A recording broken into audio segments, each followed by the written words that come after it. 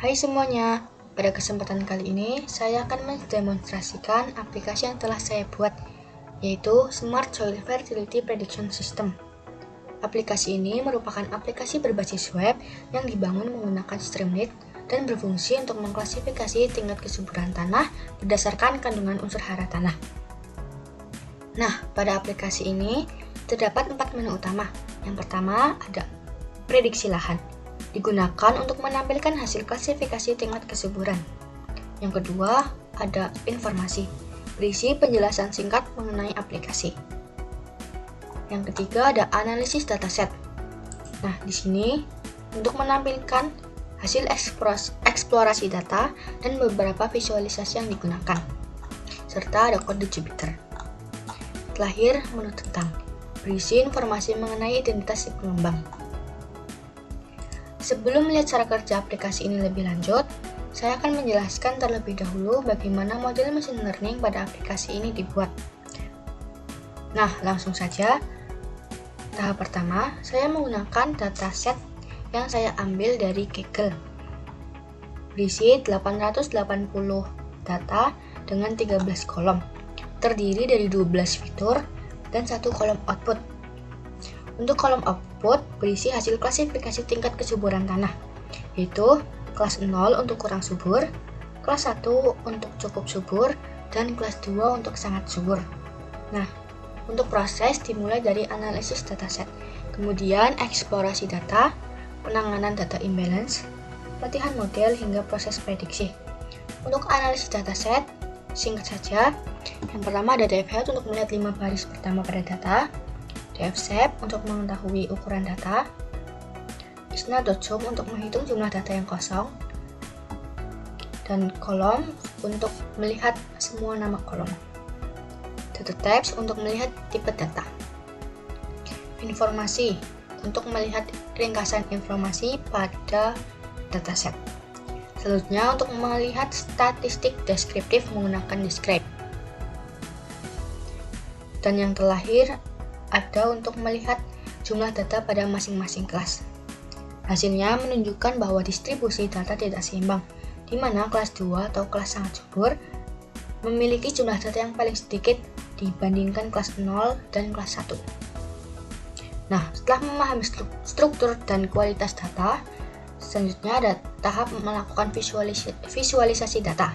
Nah, kode ini digunakan untuk melihat rata-rata kandungan unsur hara, nitrogen, fosfor, dan potasium atau kalium. Dan bisa dilihat berdasarkan grafik bahwa terlihat potasium atau kalium memiliki rata-rata paling tinggi. Selanjutnya ada kode untuk menganalisis hubungan antara tingkat kesuburan tanah yang ditunjukkan oleh kolom output dengan rata-rata kandungan unsur NPK. Dan bisa dilihat dari hasil visualisasi dapat disimpulkan bahwa kelas output 2 merepresentasikan tanah dengan kondisi paling subur karena memiliki rata-rata kandungan unsur hara yang lebih tinggi dibandingkan yang lainnya. Selanjutnya digunakan untuk menganalisis korelasi antar seluruh variabel dalam dataset menggunakan heat map. Nah, nilai korelasi berkisar dari -1 hingga 1. Semakin mendekati 1 atau hijau, berarti korelasi positif kuat. Nah, sedangkan mendekati -1 berarti korelasi negatif kuat. Sedangkan mendekati 0 berarti hubungan antar variabel melemah. Nah, setelah itu kita analisis sebaran jumlah data atau distribusi kelas pada variabel target output dalam dataset. Nah, grafik ini menunjukkan dengan sangat jelas bahwa jumlah sampel antar kelas target tidak seimbang atau jomplang. Nah, karena hasil analisis menunjukkan bahwa dataset mengalami imbalance data atau data tidak seimbang, khususnya pada kelas 2, saya melakukan sedikit eksperimen dengan menambahkan data sintetis pada kelas 2 tersebut menggunakan smooth.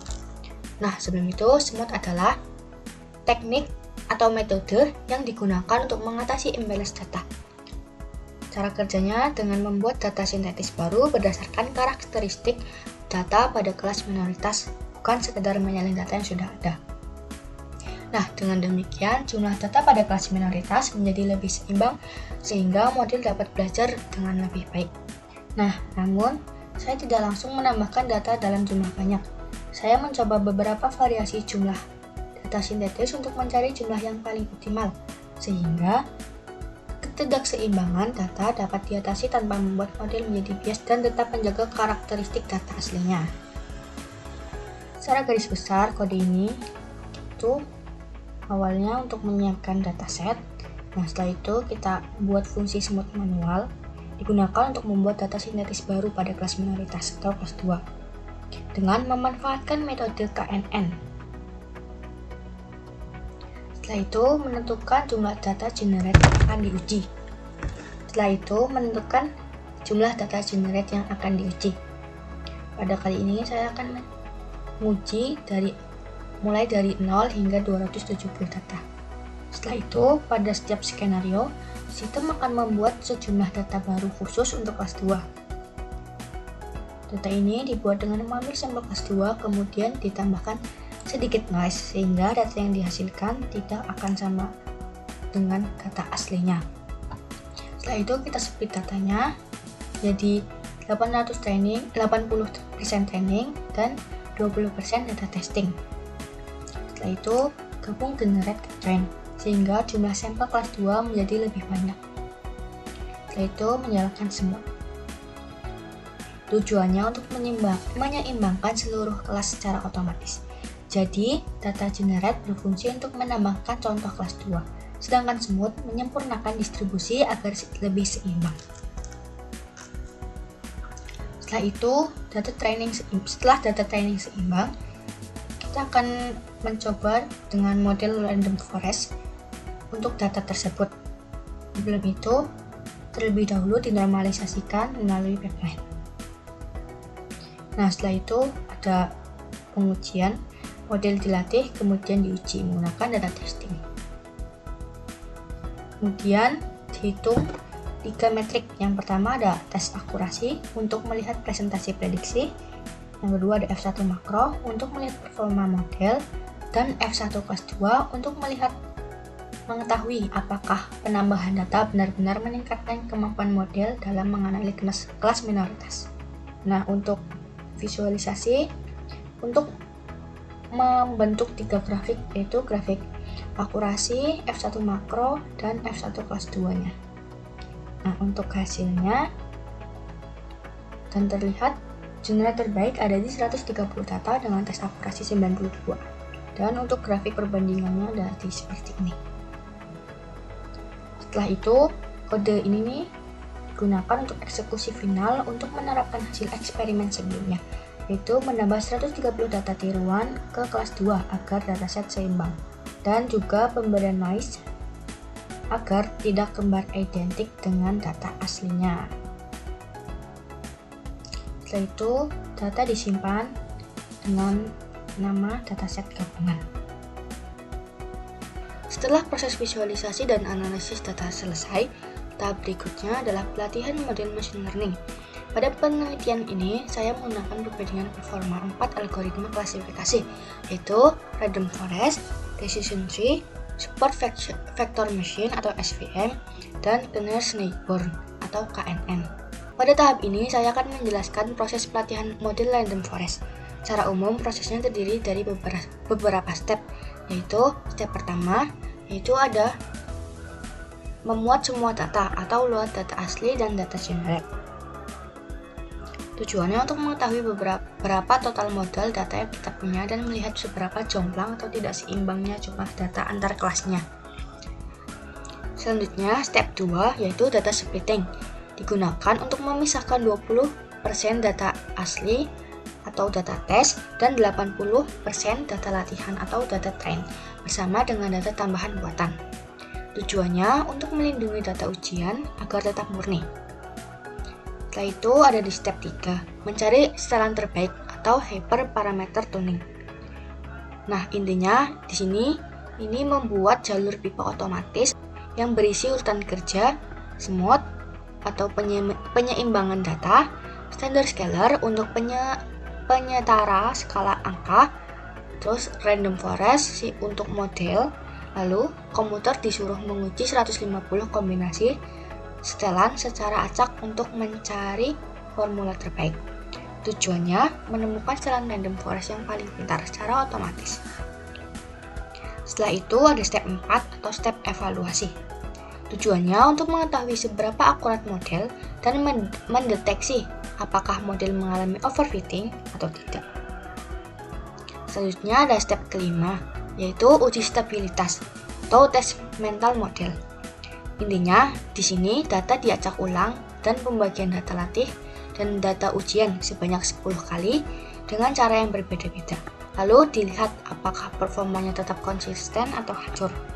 Nah, tujuannya untuk memastikan model kita beneran stabil dan konsisten, pintar di berbagai kondisi acak, bukan karena faktor kebetulan atau keberuntungan di satu pembagian data saja. Setelah itu ada step 6, yaitu menyimpan model atau model saving, agar model siap dipakai kapan saja. Selanjutnya ada step 7 atau step terakhir, yaitu akurasi khusus per kelas. Pengecekan ini membedah skor akurasi model khusus untuk masing-masing kelas secara terpisah. Nah, untuk hasilnya, tes akurasi berada di 94,89%. Secara keseluruhan, model menebak dengan benar sekitar 94% pada data ujian asli, dengan balance akurasinya sebesar 0,96%. Karena data tidak seimbang, skor ini terpercaya dibandingkan akurasi biasa, karena dia bisa menghitung rata-rata akurasi tiap kelas secara adil. Untuk kesimpulannya, karena nilai train F1 pada saat latihan adalah 95 dan saat ujian ada di 93, hanya berselisih sedikit. Nah, kode ini dinyatakan tidak overfitting. Setelah itu ada classification report dan confusion matrix. Setelah itu ada uji stabilitas. Nah, saat kode diacak menggunakan 10 sheet atau 10 pembagian yang berbeda, performa terbukti stabil. Setelah itu disimpan di rf.joblib. Nah, untuk akurasi per kelas, akurasi kelas 0 sebesar 96 karena berhasil menebak 77 dari 80. Kelas 1 di 93 berhasil menebak 82 dari 82, dan kelas 2 ada di 1 atau 100 karena berhasil menebak semuanya. Selanjutnya, tahapan proses pelatihan model lainnya. Tahapan ini sebenarnya juga digunakan pada 3 algoritma lainnya, yaitu Decision Tree, SVM, dan KNN. Perbedaannya hanya pada tahap ketiga, yaitu pada proses pelatihan dan penyesuaian parameter atau hyperparameter tuning. Karena setiap algoritma memiliki parameter dan cara kerja yang berbeda. Oleh karena itu, proses tuning disesuaikan dengan karakteristik masing-masing algoritma agar diperoleh performa yang paling optimal. Nah, setelah seluruh algoritma selesai dilatih dan dievaluasi, saya membuat tabel grafik perbandingan ini agar hasil dari masing-masing algoritma lebih mudah dibandingkan dan dapat ditarik kesimpulan mengenai algoritma yang memiliki performa terbaik. Nah, berdasarkan hasil perbandingan, Random Forest memiliki nilai akurasi sebesar 94 dan F1 makro sebesar 92, yang merupakan nilai tertinggi dibandingkan algoritma yang lain. Hal ini menunjukkan bahwa Random Forest memiliki performa paling baik dalam mengklasifikasi data, sehingga dipilih sebagai model utama yang digunakan pada aplikasi ini.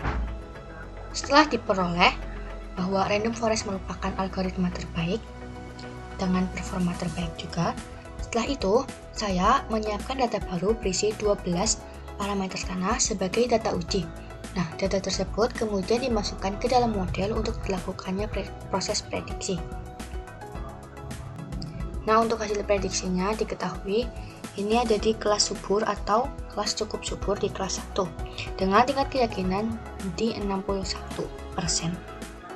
Dengan detail probabilitas per kelasnya ada di kelas tidak suburnya ada 35 dan sangat suburnya ada di 3%. Nah, setelah itu tahap terakhir adalah menyimpan model menggunakan joblib. Model disimpan dalam file model klasifikasi lahan fix agar dapat digunakan kembali tanpa perlu melakukan proses pelatihan dari awal. Nah, file inilah yang kemudian diintegrasikan ke dalam aplikasi Streamlit untuk melakukan prediksi tingkat kesuburan tanah. Selanjutnya, saya akan mendemonstrasikan aplikasinya. Halaman pertama yang ditampilkan adalah menu prediksi lahan. Pada halaman ini, nantinya pengguna dapat memasukkan data tanah untuk mendapatkan hasil klasifikasi tingkat kesuburan. Namun, sebelum melakukan prediksi, pengguna juga dapat melihat informasi pendukung yang tersedia pada aplikasi. Saya akan menjelaskan secara singkat menu-menu tersebut terlebih dahulu. Yang pertama, ada menu informasi. Terdapat penjelasan mengenai aplikasi, penjelasan fitur, serta tujuan aplikasi dibuat. Setelah itu ada menu analisis dataset. Nah, di sini ditampilkan seluruh hasil eksplorasi dataset yang telah dilakukan sebelumnya, seperti preview data, melihat data secara acak. Setelah itu ada eksplorasi data, yaitu visualisasi distribusi fitur. Di sini kalian bisa memilih fitur yang mana yang ingin dilihat. Setelah itu ada distribusi output dan rata-rata NPK per kelas. Setelah itu ada fitur paling berpengaruh terhadap prediksi kesuburan tanah.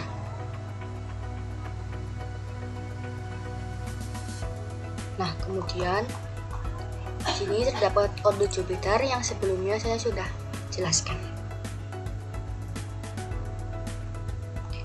Setelah itu ada menu tentang. Di sini berisi tentang developer atau identitas si pengembang. Setelah melihat informasi pendukung tersebut, saya akan kembali ke menu prediksi untuk mendemonstrasikan cara kerja aplikasinya. Nah, kalian cukup memasukkan nilai 12 parameter tanah, kemudian menekan tombol prediksi kesuburan. Aplikasi akan memproses data menggunakan random forest yang sudah dilatih sebelumnya. Nah, di sini bisa kalian isi sesuai data.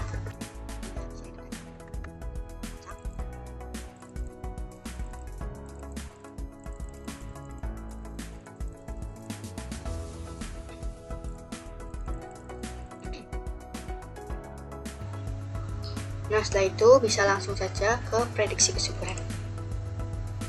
Nah, hasil prediksi menampilkan kategori tingkat kesuburan. Nah, di sini saya mengganti yang sebelumnya 012 menjadi 123 atau tidak subur, cukup subur, dan sangat subur.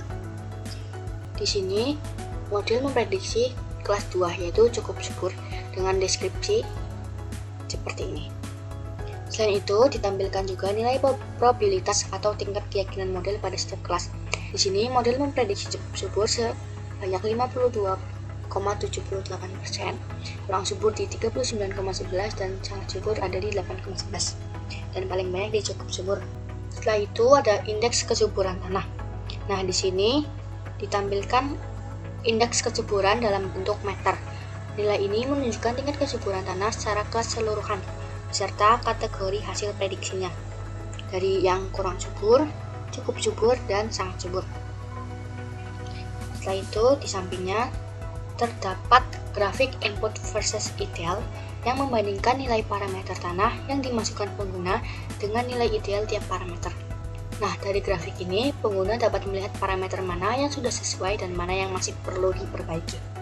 Setelah itu, ada tabel perbandingan, berisi nilai output, nilai ideal, selisih, serta status setiap parameter.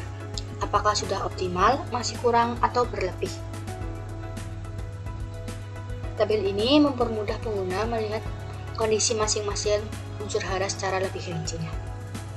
Nah, berdasarkan hasil perbandingan, setelahnya aplikasi akan merekomendasikan perbaikan untuk setiap parameter yang masih kurang atau belum optimal, sehingga pengguna mengetahui langkah yang dilakukan untuk meningkatkan kesuburan tanah. Di sini ada parameter yang perlu ditingkatkan dan 6 item, dan parameter yang perlu dikurangi ada 2 item. Nah, setelah itu, terakhir, seluruh hasil analisis dan rekomendasi dapat diunduh dalam bentuk laporan PDF, sehingga pengguna dapat menyimpan atau mencetak hasil prediksi. Untuk hasil PDF-nya, kurang lebih hampir sama dengan yang seperti hasil prediksi, seperti ada hasil prediksi, probabilitas, perbandingan, dan rekomendasi. Baik, Demikian presentasi dan demonstrasi aplikasi dari saya. Mohon maaf apabila masih terdapat banyak kekurangan, baik dalam penyampaian maupun pada aplikasi yang saya buat. Terima kasih atas perhatiannya, dan bye-bye.